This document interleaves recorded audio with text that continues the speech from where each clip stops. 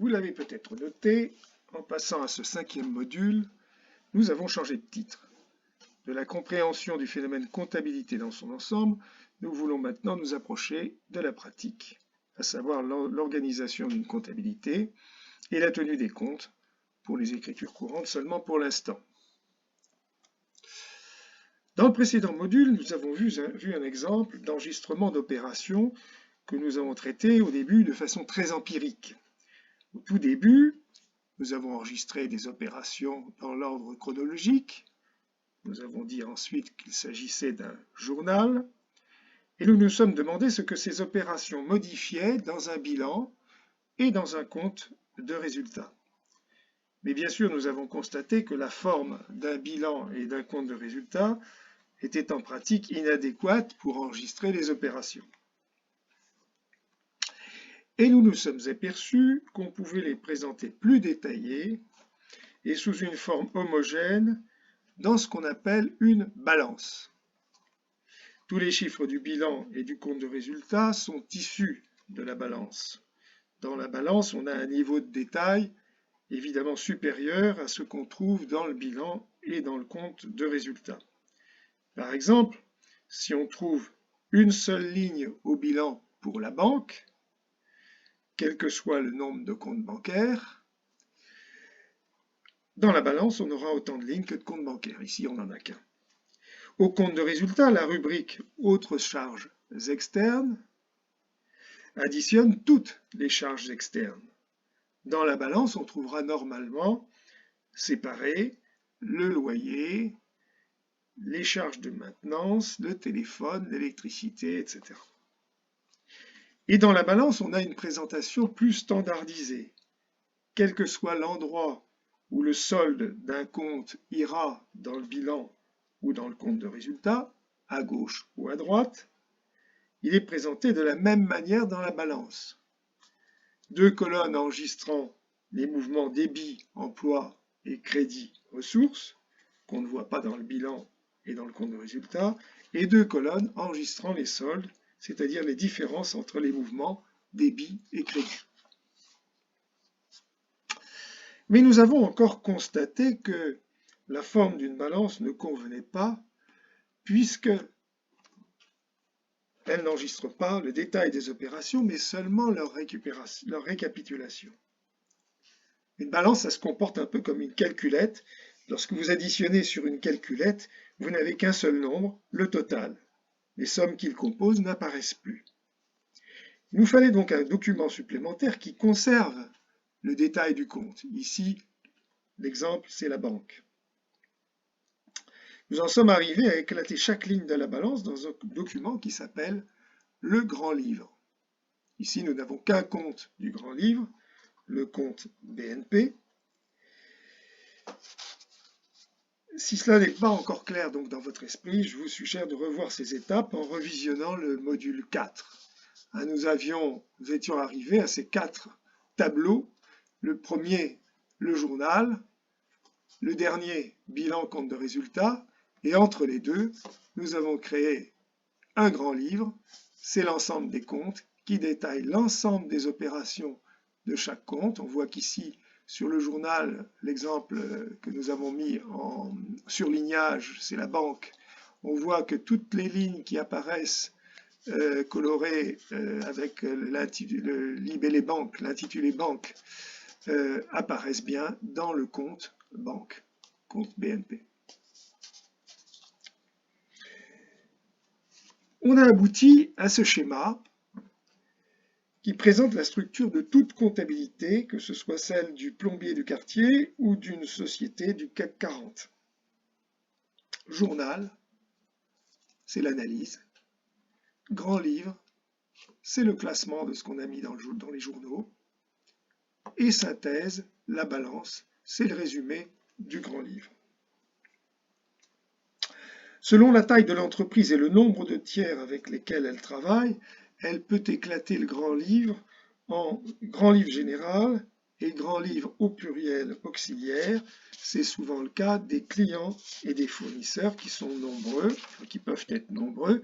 Si vous en avez 200 par exemple, vous aurez intérêt à établir un grand livre auxiliaire des clients qui ne comportera que les clients. C'est simplement pour ne pas encombrer le grand livre général et ensuite d'ailleurs la balance générale que l'on sépare les clients, les fournisseurs, et on peut séparer d'autres tiers s'ils sont nombreux, et on peut ne pas les séparer s'ils ne sont pas nombreux. C'est une question pratique. Donc dans ce cas, on présentera, si on présente un grand livre auxiliaire, on présentera dans le grand livre général une ligne, par exemple pour les clients, une ligne pour les fournisseurs, avec seulement le cumul des opérations. Bien entendu, vous n'avez pas à vous en occuper, c'est le logiciel de comptabilité qui le fera, soit systématiquement, soit si on le lui demande en le paramétrant pour le faire. Dans certains cas, c'est optionnel. Dans certains cas, d'ailleurs, dans certains logiciels, on ne peut même pas le faire. Le journal, quelle que soit la taille de l'entreprise, on a l'habitude de l'éclater en plusieurs journaux spécialisés par type d'opération. Il n'y a aucun règlement qui oblige à le faire, aucune norme, mais ça fait partie des bonnes pratiques. C'est seulement pour pouvoir retrouver facilement une opération. C'est la même chose dans votre armoire, dans votre placard. Vous essayez d'avoir plusieurs tiroirs pour ranger vos affaires. C'est plus pratique que de les mettre sur une seule étagère ou dans un seul tiroir. Nous allons y revenir. Qui doit faire tout ça? Eh bien, rassurez-vous, la partie classement et synthèse sont faits par les logiciels comptables. Je ne vous décrirai pas comment cela se passait il y a 50 ans, je l'ai vécu, mais aujourd'hui l'essentiel est automatisé, c'est-à-dire pris en charge par des logiciels. Alors ce n'est pas une obligation absolue, mais on n'est pas masochiste, on ne veut pas revenir à l'époque où tout était manuel ou à peine automatisé avec des carbones, des fiches carbonées, des choses comme ça. L'informatique a révolutionné le travail des comptables en prenant en charge des opérations extrêmement longues et fastidieuses et en évitant des erreurs qui étaient très difficiles à corriger, qui nécessitaient une certaine habileté. Les temps de recherche pouvaient être considérables pour des comptables non aguerris ou simplement des comptables un peu fatigués. Dans tous les cas, aujourd'hui, le grand livre et la balance, c'est-à-dire le classement des écritures comptables par compte, sont pris en charge par des logiciels de comptabilité. Attention toutefois de ne pas choisir n'importe quel logiciel, mais de choisir un logiciel qui satisfasse aux exigences de l'administration. Il y a des normes. Il est interdit par exemple de tenir sa comptabilité sur Excel. Bien que ce soit parfaitement faisable, je l'ai fait, quand c'était possible encore. En ce qui concerne les journaux, le degré d'automatisation dépend du degré d'automatisation de l'entreprise, donc souvent de sa taille. Ce qui est souvent automatisé, c'est le journal des ventes, si on utilise un logiciel de facturation qui est lié à la comptabilité. Le logiciel peut comptabiliser lui-même les factures et créer un journal de vente. Ce ne sont pas les ventes elles-mêmes qui sont longues à centraliser en comptabilité, mais ce sont les créances des clients. Si effectivement vous faites 20 factures, il y aura 20 lignes de créances clients. Donc, si ça peut être fait par le logiciel, pourquoi pas. Mais bien entendu, il faut que ce soit très bien paramétré, sinon ça peut être la catastrophe. Le journal d'enregistrement des salaires peut également être le sous-produit d'un logiciel de paye qui calcule et édite les bulletins de paye et les déclarations de charges sociales. Certaines écritures de banque aussi peuvent être automatisées, notamment si vous avez une boutique, les cartes bancaires peuvent être enregistrées automatiquement en banque à partir d'un logiciel de caisse d'encaissement des ventes en boutique. Le reste sera pris en charge par les comptables. Il faut bien qu'ils fassent quelque chose. Voici par exemple un exemple le plus fidèle possible de la présentation de l'ensemble journal Grand Livre Balance, un exemple à partir d'une seule écriture, l'enregistrement d'une facture de téléphone que nous avons là. Les journaux en fait sont réduits à un journal, le journal AC, achat, journal d'achat. Ici c'est AC, ça pourrait être HA, les lettres HA, ou ça pourrait être un chiffre ou n'importe, mais disons que c'est ce qui est le plus commode. Et dans ce journal d'achat, vous trouvez la date, le numéro du compte, nous reviendrons sur les numéros de compte, Le libellé de l'écriture, qui est souvent la même pour les trois lignes, orange, facture de novembre-décembre, le numéro de pièce comptable, 23 pour 2023, décembre, et 128, par exemple, c'est un exemple. Le montant de 120 €, c'est le montant hors taxe de la facture, c'est donc un emploi consommé, charge, et la TVA qui, elle, est un emploi récupérable, puisque par définition, elle est récupérable sur le fisc, bien entendu. Et la contrepartie, c'est une dette vis-à-vis du compte, vis-à-vis du fournisseur, Orange, donc pour le montant TTC. Au début de chaque compte, on a dans le grand livre donc son code, son numéro et son intitulé, c'est-à-dire son nom. Les comptes présentent les mêmes colonnes que les journaux, avec évidemment en différence que dans le compte Orange, vous n'aurez pas évidemment le numéro de compte. Par contre, vous aurez le code journal, puisque dans le compte Orange, il y aura des écritures provenant du journal d'achat et des écritures provenant du journal de banque, le règlement. Donc voilà ici le compte Orange, dont on voit qu'il est absolument le reflet de la ligne de dette 401 ici du journal. J'ai mis des reports antérieurs imaginés, inventés, parce que bien entendu, on est au milieu de l'année et dans le compte Orange, on est censé avoir enregistré d'autres écritures tout au long de l'année. On voit, à titre de curiosité, que le montant débit est égal au montant crédit. Ça veut dire que toutes les factures Orange antérieures ont bien été réglées. Bon, c'est pas la même chose pour la TVA déductible, donc peu importe. Donc vous voyez les trois comptes au grand livre que vous avez vus au journal. Et ça, c'est une tâche automatisée. C'est-à-dire qu'à partir du moment où dans le logiciel, vous aurez enregistré les trois lignes du journal, le logiciel a classé automatiquement ces trois lignes dans les comptes. Et si vous lui demandez la balance, il vous la fournit instantanément. La balance qui est le résumé donc, du grand livre. On voit bien ici que les trois lignes que j'ai reportées dans la balance, bien sûr il n'y a pas que trois lignes, hein, j'ai mis des pointillés pour les autres comptes supposés exister dans la balance, on voit bien que les cumuls sont rigoureusement les mêmes. On peut parfaitement se passer d'une balance. C'est comme se passer d'une table des matières dans un gros bouquin. C'est une table des matières, une balance. Sauf que en plus de la table des matières, on a une information importante qui sont les totaux et les soldes. Dans l'organisation d'une comptabilité, un point extrêmement important est la conservation des sources. Les pièces comptables, c'est un élément essentiel, et donc j'en parle avant même de vous parler de comptabilité. Le comptable ou le logiciel comptable, lorsque c'est automatisé, enregistre les opérations à partir de supports d'information papier ou fichier qui décrivent l'opération qui a été réalisée.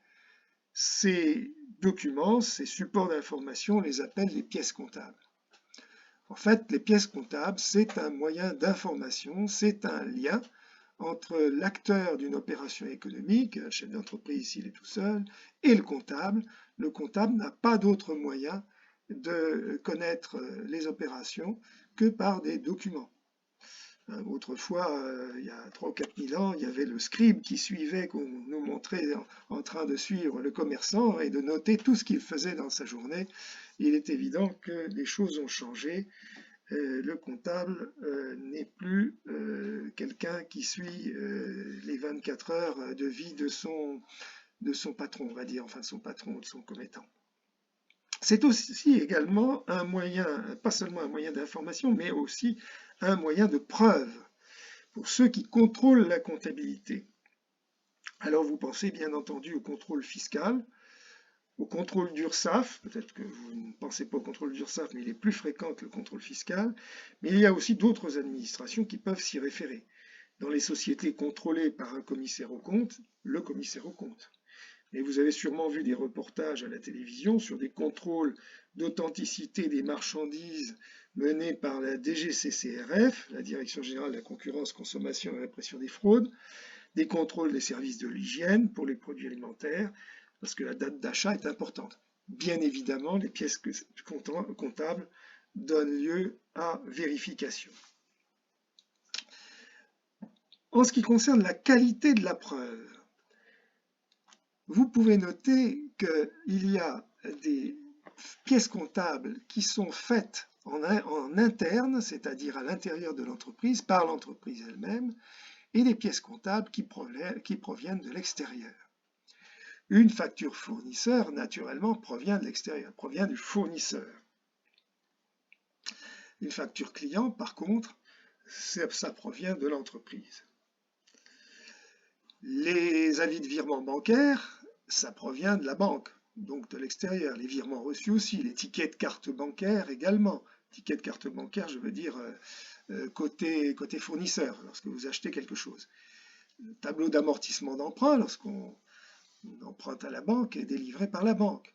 Les contrats sont peut-être signés par les deux parties, donc ils ont une force probante plus forte que s'ils n'étaient signés que de la partie interne. Les avis d'imposition, bien entendu, viennent du fisc, mais quelquefois ils sont établis à partir d'informations internes fournies par l'entreprise au fisc, donc effectivement ils ne sont pas tout à fait indépendants.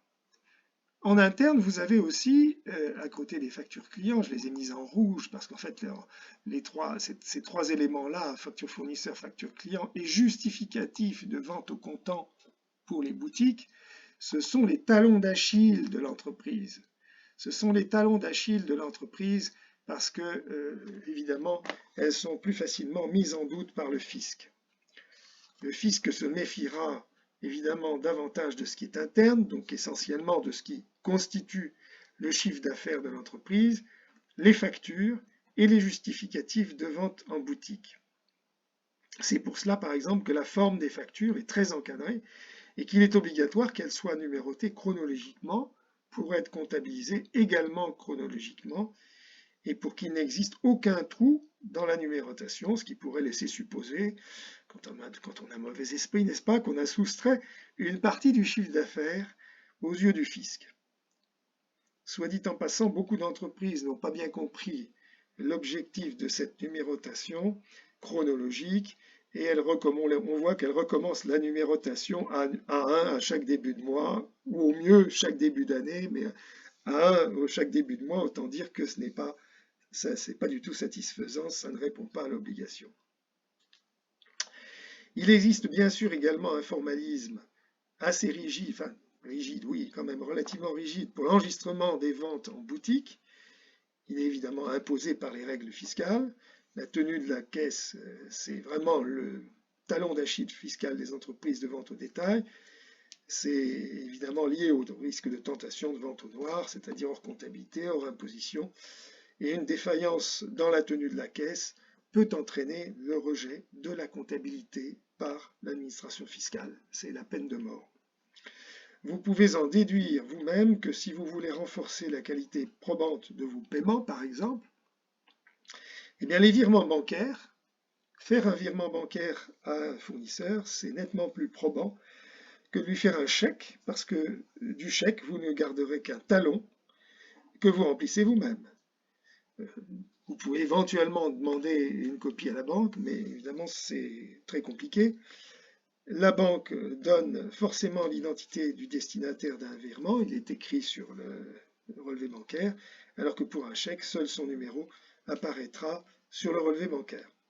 Alors vous pouvez quand même fiabiliser l'information chèque, tout simplement en conservant une copie ou un scan des chèques, tout au moins des plus gros chèques ou ceux qui peuvent donner lieu à contestation. Et bien entendu, les règlements en espèces sont les plus volatiles. Il n'en reste aucune trace si on ne délivre pas de reçu. Vous payez quelque chose en espèces, vous ne gardez pas de document, le comptable ne peut pas le savoir. Pour la conservation de l'information, il peut aussi être utile de conserver en annexe des bordereaux de remise de chèques des clients, un scan des chèques des clients. Je ne dirais pas une photocopie, ça consomme du papier, il ne faut pas le faire. Et si vous conservez le scan du chèque du client, ben, du même coup, vous gardez la possibilité de rectifier une erreur de comptabilisation, par exemple si vous êtes trompé de client, et vous conservez aussi une trace de leur identité bancaire, ce qui peut être salutaire en cas d'impayé futur et de nécessité de faire opérer une saisie sur leur compte. Vous allez me dire que j'ai une vue très pessimiste des choses, mais ça arrive et ça rend service effectivement de savoir par quel compte bancaire les clients vous ont payé. On ne le sait pas quand ils payent par virement par contre. On doit donc s'assurer de la qualité formelle des pièces comptables, le respect des règles légales, de la qualité de l'information, de leur sincérité, l'absence de tromperie évidemment, et de leur exhaustivité, mais aussi de l'absence de doublons. Il ne faut évidemment pas hésiter à refuser une facture d'un fournisseur, poliment bien entendu, lorsqu'il est manifeste qu'elle risque de ne pas être acceptée comme preuve ou qu'elle risque d'être mal interprétée lorsqu'elle ne donne pas l'information ou lorsqu'elle ne donne pas d'informations sur ce qui a été acheté. On voit quelquefois, surtout dans les travaux, des entreprises qui vous mettent selon notre devis numéro un tel. Et puis manque de chance, le devis numéro un tel, on oublie de le conserver. Donc on a une facture qui ne dit strictement rien. Et s'il s'agit de travaux, souvent ce sont des factures importantes. Alors bien entendu, lorsque les factures contiennent des erreurs, ben, il ne faut pas les laisser. Enfin, ça dépend quelles erreurs, bien entendu. En résumé, la collecte des pièces comptables est un élément essentiel. Il faut qu'elle soit exhaustive. A-t-on bien la totalité des factures adressées par les fournisseurs? Il faut donc s'assurer que toutes les pièces comptables parviennent au comptable. Il faut savoir traiter, c'est-à-dire éliminer les doublons. Il peut y avoir une copie de facture, mais il ne faut pas qu'elle serve, évidemment, il faut qu'il n'y en ait qu'une seule qui serve à comptabiliser ou à régler le fournisseur, sinon il y a un risque de double règlement. Et le risque majeur, justement, le risque majeur pour une entreprise, enfin, il y a d'autres risques, bien entendu, mais dans ce domaine-là, c'est le double règlement d'une facture fournisseur. S'il n'y a pas eu double facturation ou double enregistrement de facture, la comptabilité détectera probablement le double règlement, puisque le compte du fournisseur sera débiteur du montant du double règlement. On aura deux fois la facture et une seule fois la facture et deux fois le règlement. Mais si la facture est comptabilisée deux fois et le règlement est également comptabilisé deux fois, ben, il n'y aura aucune anomalie comptable visible. Le salut en la matière vient du rapprochement de la facture et du bon de livraison correspondant. Il y a eu une seule livraison, donc on ne doit avoir qu'un seul bon de livraison. On s'efforcera évidemment de détruire les autres s'il y en a, ou de les barrer, ou de faire quelque chose qui empêche de s'en servir. Chaque article livré a été pointé par la personne qui a reçu la marchandise, donc une seule facture possible, rapprochée du bon de livraison pointé. Si cette partie de la gestion n'est pas automatisée, c'est-à-dire si ça ne se passe pas systématiquement en informatique, on agrafera à chaque facture son ou ses bons de livraison et on ne paiera une facture qu'avec son bon de livraison. C'est pour ça que la majeure partie d'ailleurs des doubles règlements se constate pour des prestations de services parce qu'elles sont immatérielles et qu'on ne peut pas rapprocher la facture d'un bon de livraison. Et évidemment, on ne peut pas compter sur le fournisseur qui a été réglé deux fois pour nous le dire. Autrefois, ça se faisait, maintenant, ça se fait de moins en moins. Il faut évidemment s'assurer que les pièces collectées sont fiables, donnent-elles l'image exacte de l'opération qu'elles relatent, respectent-elles la forme obligatoire pour permettre la récupération de la TVA, c'est un point important, une facture fournisseur. Elles doivent donc être contrôlées.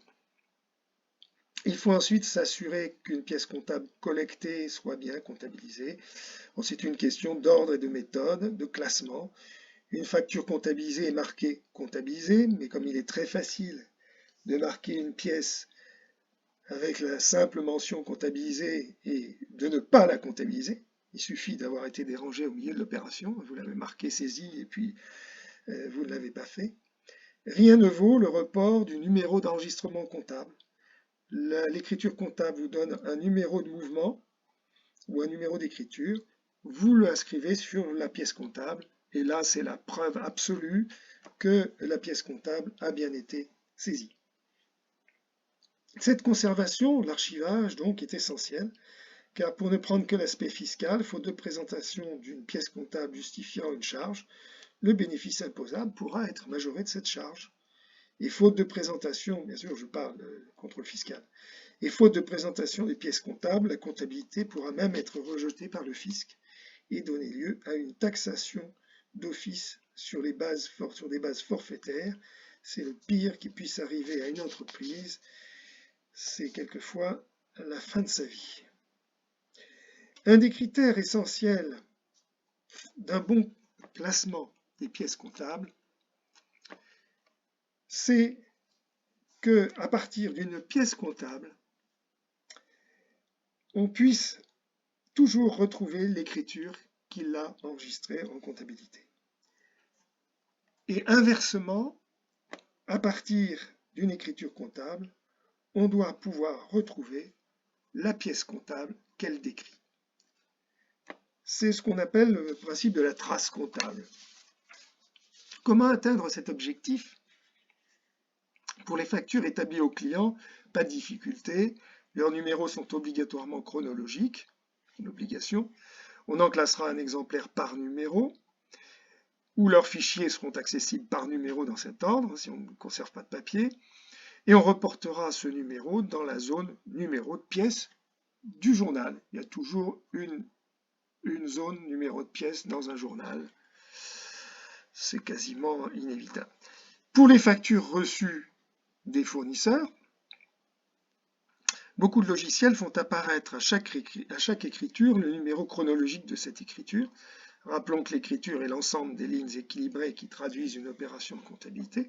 Dans ce cas, je l'ai déjà dit tout à l'heure, il est possible de l'utiliser en la reportant sur la pièce comptable correspondante et de classer les pièces comptables selon cette chronologie, en les séparant toutefois par journal ou par nature, achats externes ensemble. Si ce n'est pas le cas, les pièces doivent être numérotées chronologiquement, manuellement, les numéros reportés sur les factures et les factures classées chronologiquement. Pour éviter les confusions, on peut faire précéder les chiffres d'une lettre, A pour achat ou F pour fournisseur par exemple.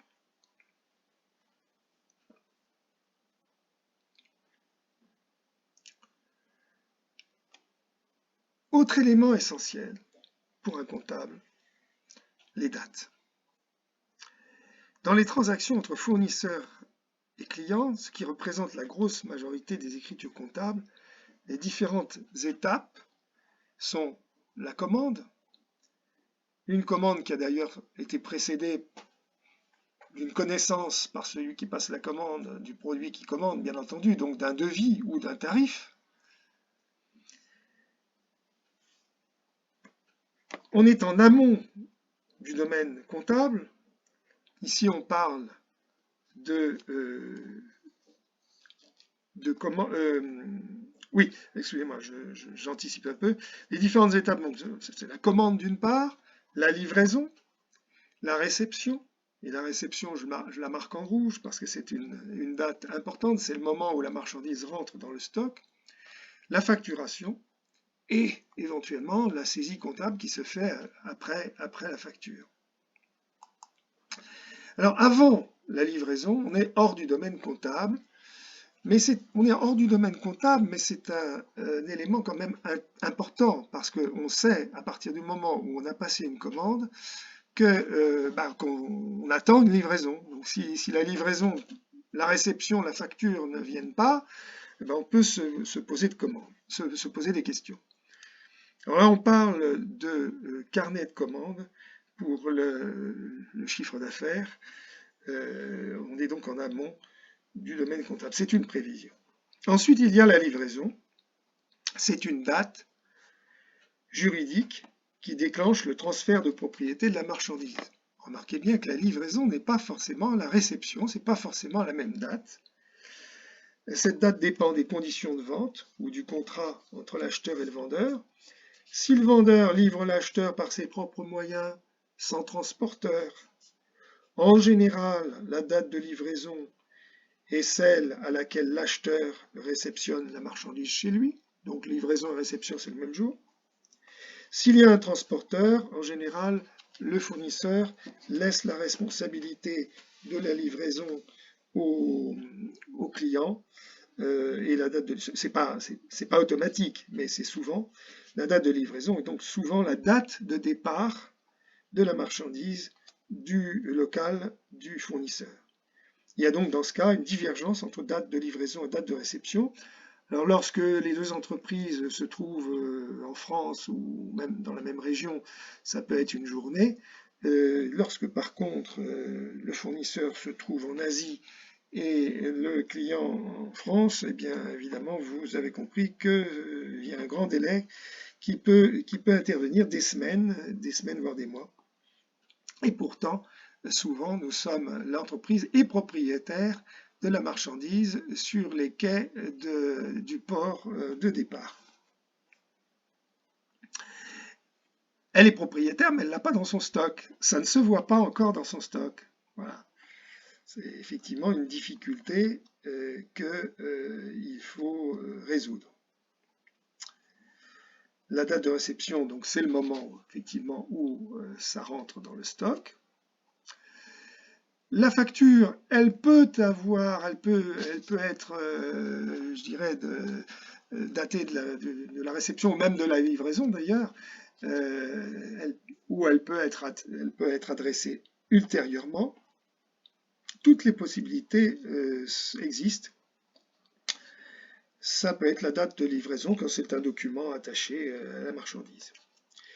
Et il y a enfin la date de saisie comptable, toujours postérieure, mais la date de saisie ne doit absolument pas entrer en ligne de compte dans l'information comptable. Elle n'apparaîtra nulle part dans le logiciel comptabilité, sauf dans des grandes entreprises qui saisissent, enfin qui ont la notion de saisie comptable pour retracer en fait quel comptable a fait quoi et quand. Parce que ce n'est pas seulement la date de saisie, mais c'est les initiales du comptable qui figurent dans l'écriture. Il ne faut jamais oublier que le bilan est une photo à un instant donné et que le comptable est un historien. Il travaille sur des éléments passés. Il n'est informé d'une vente ou d'un achat qu'après cette vente ou cet achat et parfois avec un certain décalage de temps. Il doit jongler avec les dates. Il est toujours dans l'histoire, il n'est jamais dans le temps présent. Donc le problème de la date devient crucial évidemment lorsque cette date est proche de la date à laquelle on réalise la photo du patrimoine, c'est-à-dire le bilan, le 31 décembre par exemple, si on n'établit qu'un bilan par an et qu'il est établi à cette date. Par exemple, si le 28 décembre, on livre à l'entreprise dans ses locaux une marchandise d'une valeur de 1 000 €, elle sera inventoriée à la date du 31 décembre, puisqu'elle sera présente dans l'entreprise et elle figurera à l'actif de son bilan à la rubrique stock pour ces 1 000 €. Cette livraison doit être neutre sur le montant du patrimoine et sur le résultat, puisqu'en contrepartie, l'entreprise a une dette de 1 000 € à son fournisseur, ou en cas de paiement comptant, elle a 1 000 € de moins sur son compte bancaire. Mais bien sûr, vous avez compris, il faut pour cela que la facture ait été comptabilisée au plus tard à la date du 31 décembre. Si elle ne l'était qu'en janvier, le montant du patrimoine serait erroné, il serait majoré de 1 000 €. Et là, je vous dis 1 000 €, j'aurais pu mettre un 0 de plus, c'est pareil. On peut avoir le cas inverse aussi. Quelquefois, la date, la livraison et la facture interviennent avant la réception dans le stock. Donc, évidemment, l'anomalie est possible si on a une date de clôture entre les deux. Je vous montre les difficultés qui doivent être résolues. Bien entendu, je ne vous indique pas comment les résoudre, mais vous voyez un peu je vais insister lourdement sur cette question de date parce qu'elle est vraiment vitale pour la fiabilité des comptes. Les plus grosses erreurs que l'on trouve dans les comptes des entreprises sont très souvent liées à cette mauvaise gestion du temps. Si je me risquais à une statistique, je dirais 90% des erreurs sont liées à cette mauvaise gestion du temps et quelquefois pour des montants très importants.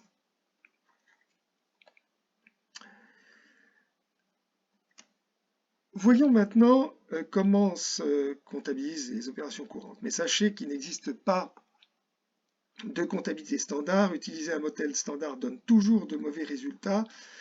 Tout comme les familles adaptent leur logement à leurs besoins, on doit même adapter son organisation à son activité. Et il faut la faire évoluer si l'activité évolue, bien entendu. 5 étapes, à mon sens, sont nécessaires pour organiser une comptabilité. La première, c'est définir les opérations de l'entreprise et les pièces comptables correspondantes. La deuxième, c'est organiser le classement. Classement qu'il soit sous forme papier ou sous forme fichier. Troisièmement, définir ce qu'on va faire, c'est-à-dire les procédures administratives et la périodicité de chaque tâche administrative ou comptable. Quatrièmement, et là nous allons le voir tout de suite, établir la liste des journaux et les modèles d'écriture pour chaque type d'opération. Et cinquièmement, établir le plan comptable, les comptes, leur numérotation, leur contenu. Et je mets en rouge, je vous le dirai encore plusieurs fois, n'utilisez surtout pas un plan comptable standard qui ne sera jamais adapté à votre cas. Pour recenser les opérations à comptabiliser, il faut, c'est le plus simple, recenser les tiers avec lesquels l'entreprise va travailler. Alors, ils ne sont pas nombreux en catégorie. Il y a les fournisseurs, les clients, la banque, les salariés. Avec les salariés, bien sûr, il y a les organismes sociaux. Et puis, accessoirement, je dirais ponctuellement, il y a les associés qui apportent un peu de sous, à qui on verse un peu de dividendes, trop selon certains. Les prêteurs, en fait, les banques, quand elles prêtent de l'argent, quand on souscrit un emprunt, et puis les impôts, le TVA, etc., pour les choses les plus récurrentes, l'impôt de société, une fois par an, etc. Commençons par les clients. Les clients, on leur livre des marchandises ou des prestations de services et ils nous font des paiements. Comment ça se traduit dans le bilan? Eh bien, voyons le client Dupont, on lui facture un montant dit TTC, eh bien, ce montant TTC va être inscrit à l'actif du bilan sur la ligne créance client. En ressources, on aura une vente de marchandises ou de produits, de biens ou de services, montant hors taxe qui est définitivement acquis, et la TVA qui est à reverser au fisc, donc qui intervient en dette. Et tout cela, on le traduit dans un journal des ventes. Ici, le client Dupont, TTC au débit, TVA collectée au crédit et vente au crédit. Dans une vente en boutique, les deux étapes de facturation et d'encaissement sont simultanées. J'ai dit quasi simultanées parce que dans un règlement par chèque ou par carte bancaire, l'argent n'est pas sur le compte bancaire le même jour que la vente.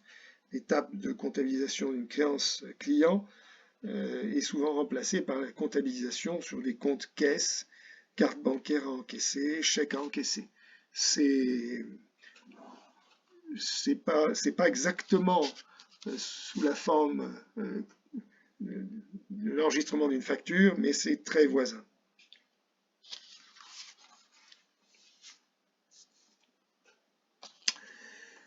Après l'enregistrement de la facture, c'est-à-dire de la créance, il faut penser au règlement, c'est-à-dire à l'encaissement de la créance, dans lequel, au bilan, on va constater une somme en moins au niveau de la créance client, c'est-à-dire en fait un emploi négatif, c'est-à-dire une ressource, et l'emploi des fonds, bien sûr, les fonds ils vont en banque. Donc dans le journal de banque, on voit bien un crédit au compte client et un débit à la banque en emploi. Autre tiers important, les fournisseurs. C'est très ressemblant au traitement des clients, mais en sens inverse. Facturation d'abord, facturation et enregistrement d'une dette d'abord, et règlement ensuite.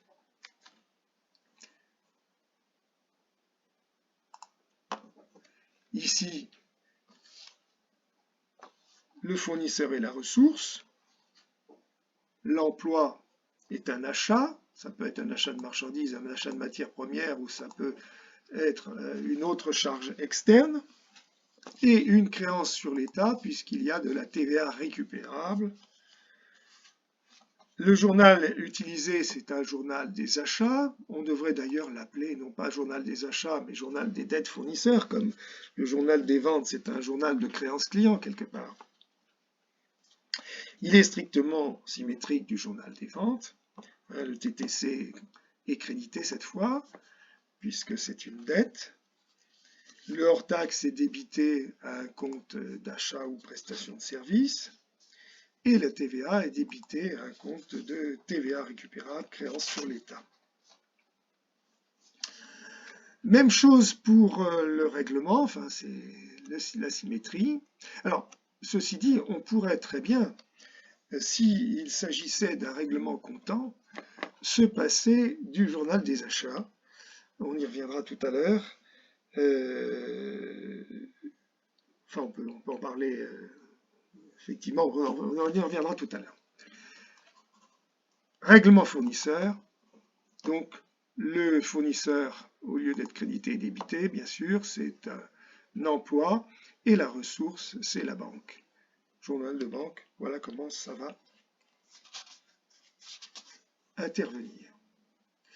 Alors, si maintenant, effectivement, vous payez vos fournisseurs comptants, c'est-à-dire sans aucun délai entre réception de facture et de règlement, il n'est absolument pas obligatoire de comptabiliser une dette, donc d'enregistrer quelque chose dans un journal des achats. Il existe un gros contresens sur cette question, deux gros contresens sur cette question. Des éditeurs de logiciels ou autres personnes mal informées, et je pense qu'elles sont nombreuses, pensent que le journal des achats est obligatoire. C'est absolument faux. Il n'y a pas d'obligation, il n'y a que du bon sens et une adaptation de l'organisation comptable aux particularités de chaque entreprise. Ils pensent que c'est obligatoire parce que finalement, qui peut le plus, peut le moins.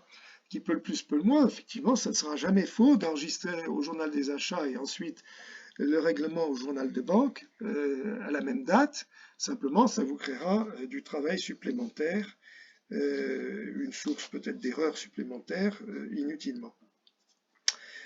Si les fournisseurs sont réglés au comptant, donc sans délai entre réception de facture et règlement, il n'y a aucune raison de comptabiliser une dette et l'apurement immédiat de cette dette. C'est une source de complications inutile. Si par contre il existe des délais de règlement de plusieurs semaines, l'enregistrement de la dette, donc le journal des achats, peut être nécessaire. Il peut éventuellement être limité à une liste de fournisseurs, mais à condition que cette liste soit bien claire et surtout constante. Sinon, il faut traiter à ce moment-là toutes les factures de la même façon, c'est-à-dire en passant par les comptes de dette fournisseurs, qu'elles soient réglées plus tard ou immédiatement. Donc, si l'entreprise paye toutes ses factures sans délai, on peut enregistrer ses charges externes directement dans le journal de banque.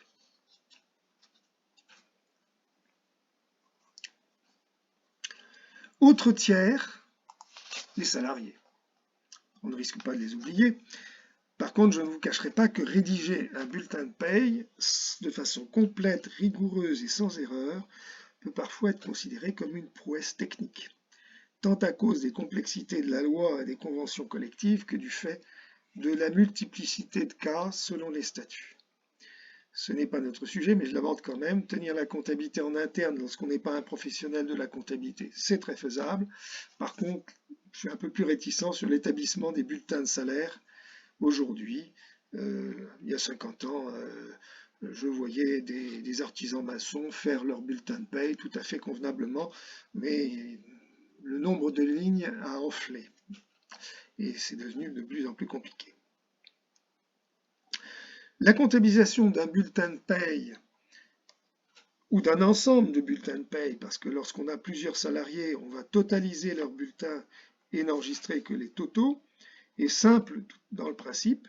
Il y a une charge de salaire, des charges sociales et une dette de salaire et des dettes vis-à-vis d'organismes sociaux. Dans le cas des salaires, même s'ils sont payés au comptant, on passe toujours par l'enregistrement de dettes, puisqu'on comptabilise la charge globalement pour tous les salariés et qu'un salaire engendre une série de charges qu'il serait stupide de détailler en comptabilité pour chaque salarié. Ainsi, dans un journal de banque, il faudrait pour chaque salarié une douzaine, voire même peut-être le double, de lignes pour enregistrer une paye. Donc si vous avez 10 salariés, ce n'est pas la peine de faire 120 lignes, 12 lignes suffisent. L'enregistrement des salaires, c'est deux étapes. Donc, d'une part, on enregistre les bulletins de paye. Les salaires, c'est une charge de personnel. Enfin, les charges sociales sont aussi une charge de personnel. Salaires, donc, qui sont la consommation, l'emploi consommé.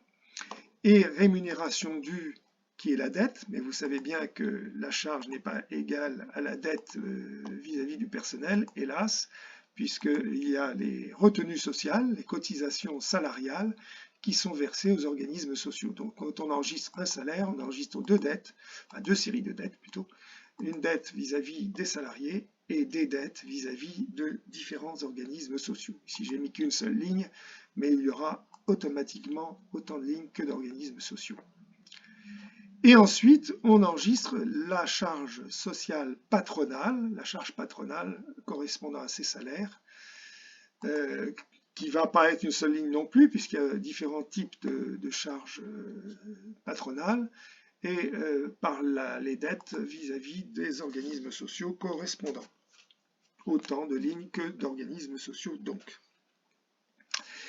Et dans un deuxième temps, le même jour, ici j'ai mis le 31 janvier, le 31 janvier on fait la paye, le 31 janvier on paye les rémunérations et on enregistre le débit de la rémunération due. Si on fait des virements, il va y avoir peut-être, si on est 12 salariés, on va avoir 12 lignes de virement, alors qu'on a eu une seule ligne de dette.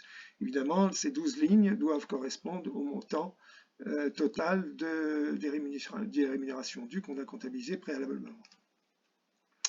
Et ensuite, règlement au mois ou au trimestre d'ailleurs, des organismes sociaux. Ici, j'ai envisagé un règlement mensuel, mais lorsqu'on n'a pas atteint un certain effectif, ce sont des règlements trimestriels.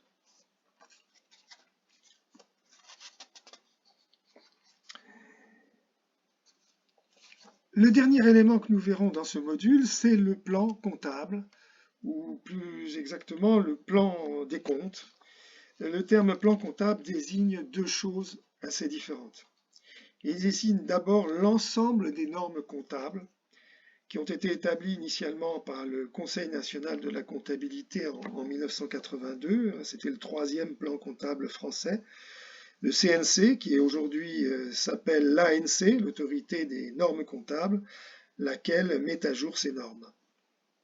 Et le terme plan comptable désigne aussi le plan de compte, c'est pour ça que je parle de plan de compte, c'est-à-dire la liste des comptes qui fait partie du plan comptable, mais qui n'est qu'une partie de la normalisation comptable. Pour certaines professions, il existe d'ailleurs un plan comptable particulier, mais pour la très grande majorité des entreprises, c'est le plan de compte standard qui s'applique. Attention, le plan de compte fourni par l'ANC ne doit pas être appliqué servilement. Il comprend plusieurs centaines de comptes, largement de quoi se noyer. Et les logiciels de comptabilité croient aider leurs utilisateurs en fournissant des plans comptables de référence, c'est-à-dire des plans comptables standards, à surtout ne pas utiliser. C'est une noyade garantie. Rien ne sera adapté à votre cas. Et c'est nettement plus long de supprimer les comptes qui ne sont pas adaptés à votre cas que de repartir d'une page vierge et de saisir tous les comptes qui vous seront utiles. Si votre armoire comprenait une centaine de tiroirs à la maison pour ranger vos vêtements, il y a fort à parier que vous ne sauriez pas les utiliser. Bien, c'est pareil pour le plan comptable. Il ne faut pas avoir des centaines de comptes.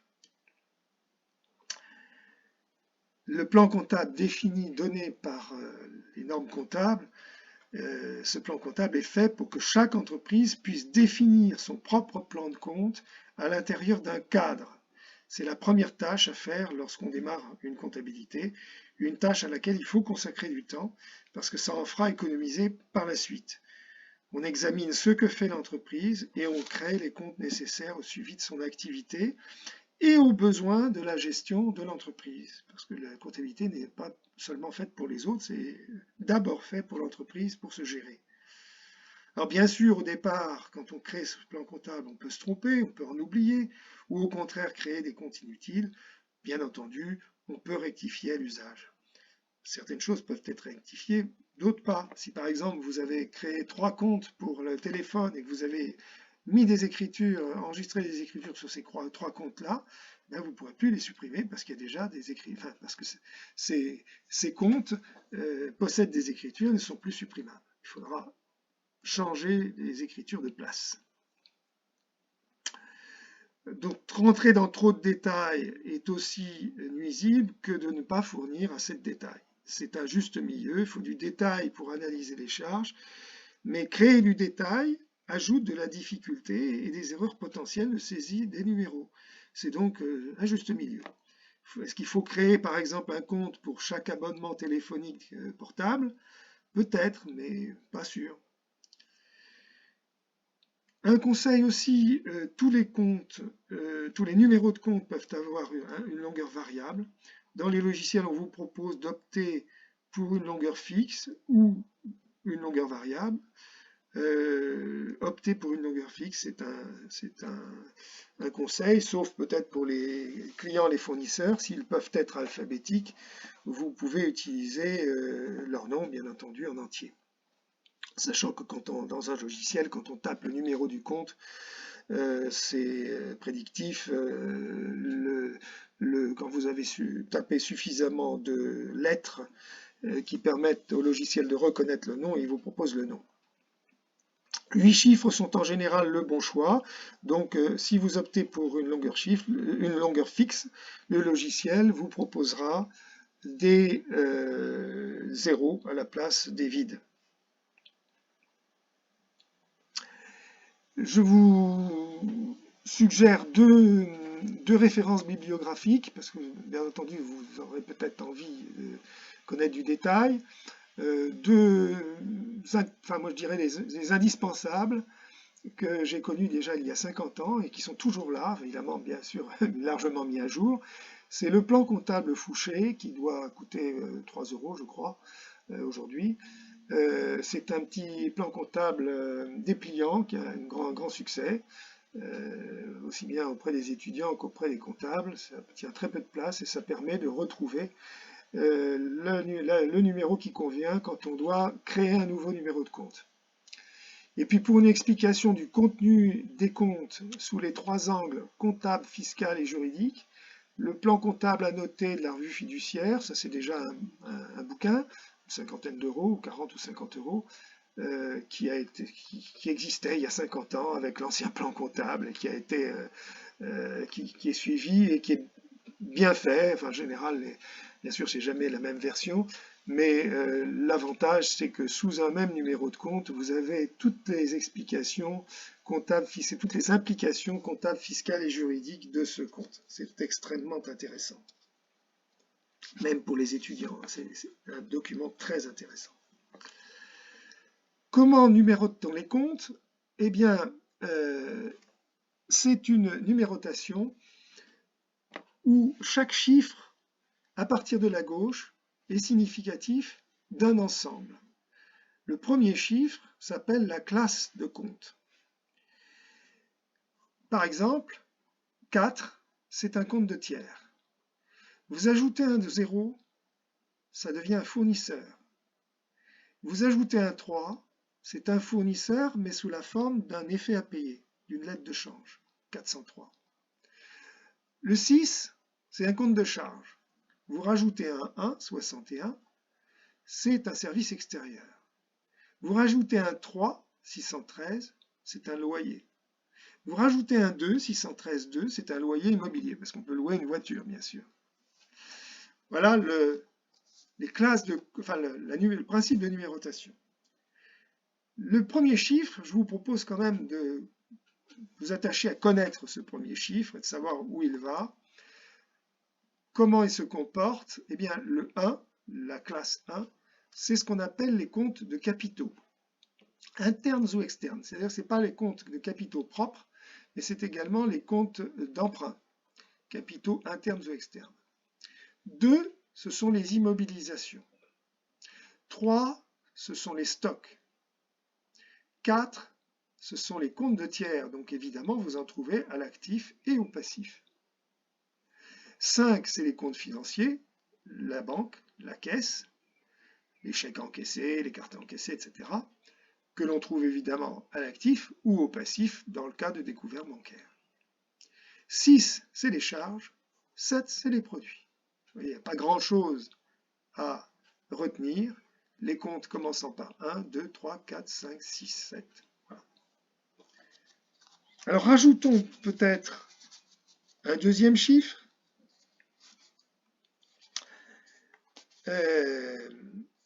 Quel que soit l'objectif que vous poursuiviez, le deuxième chiffre peut être intéressant. Vous retrouvez dans n'importe quelle balance. Dans le premier chiffre, c'est sûr qu'il est indispensable. Il est indispensable parce que si vous lisez une balance, vous serez certainement perturbé par l'intitulé des comptes. Quelquefois, comme les intitulés des comptes sont créés par leurs utilisateurs, ces intitulés ne sont pas parfaitement logiques. Je prends un exemple. Une charge sociale comme la sécurité sociale. On la paye à l'URSSAF. Si on était parfaitement rigoureux, le compte de tiers dette devrait s'appeler URSSAF et le compte de charge devrait s'appeler sécurité sociale. Mais très souvent, vous verrez sécurité sociale ou URSSAF pour l'un ou pour l'autre. Le fait que le numéro de compte commence par 4 vous laisse tout de suite voir qu'il s'agit d'un compte de bilan. Le fait qu'un compte commence par 6 vous permet de vous assurer que c'est un compte de charge. C'est donc extrêmement intéressant.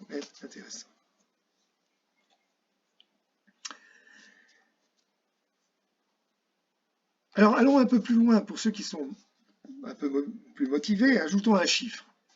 Alors, je n'irai pas plus loin, je vous le promets.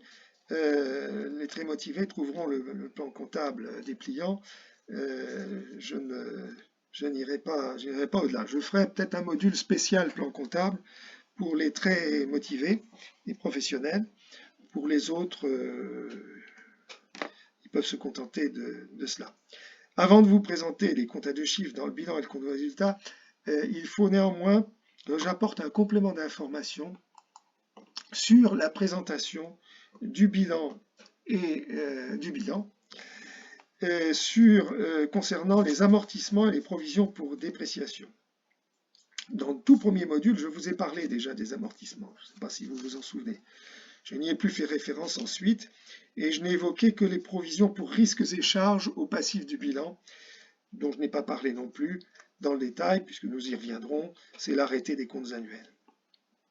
Ici, c'est pour vous expliquer la présence à l'actif de deux colonnes dont je n'ai pas parlé, que voici, amortissement ou dépréciation et montant net. C'est-à-dire que l'actif, en fait, ce n'est pas une seule colonne, c'est une colonne montant brut, une colonne négative, amortissement ou dépréciation, et une colonne qui est la différence entre les deux, montant net. Les amortissements, c'est la perte de valeur des immobilisations dans le temps. Ils ne sont pas imputés directement sur les comptes d'immobilisation. De façon pratique, c'est pour garder en mémoire la valeur d'origine des biens acquis, pour pas qu'on les voit apparaître pour 0 € en brut. Ils sont comptabilisés dans des comptes séparés. C'est-à-dire que quand vous avez un compte mobilier de bureau, vous avez automatiquement un compte amortissement pour mobilier de bureau, pour conserver donc l'historique des prix d'achat et en même temps des cumuls d'amortissement. Les provisions pour dépréciation enregistrent des pertes de valeur que l'on espère non définitives sur tous les éléments d'actifs, sur n'importe quel élément d'actif ça peut se produire. c'est pas définitif. Par exemple, sur une créance client, on peut constater un risque de non-paiement, mais on espère bien quand même se faire payer. Donc on veut évidemment, encore plus que pour les immobilisations, conserver la valeur de la créance client et ne faire figurer en face, de façon séparée, sa provision, sa diminution de valeur potentielle euh, et son montant net, évidemment, dans la troisième colonne. Ainsi donc, il y a 3 colonnes à l'actif, même 4 d'ailleurs si on tient compte d'une 4e colonne qui est la colonne qui présente le chiffre de l'année précédente.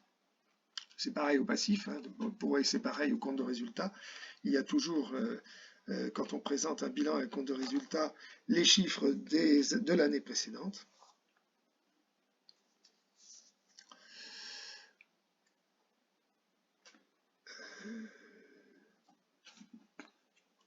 Donc voilà ce que ça donne. Maintenant que j'ai rajouté cette colonne, je peux mettre dans ces différentes colonnes des comptes qui vont être des comptes à 2 chiffres, voire même à 3 chiffres.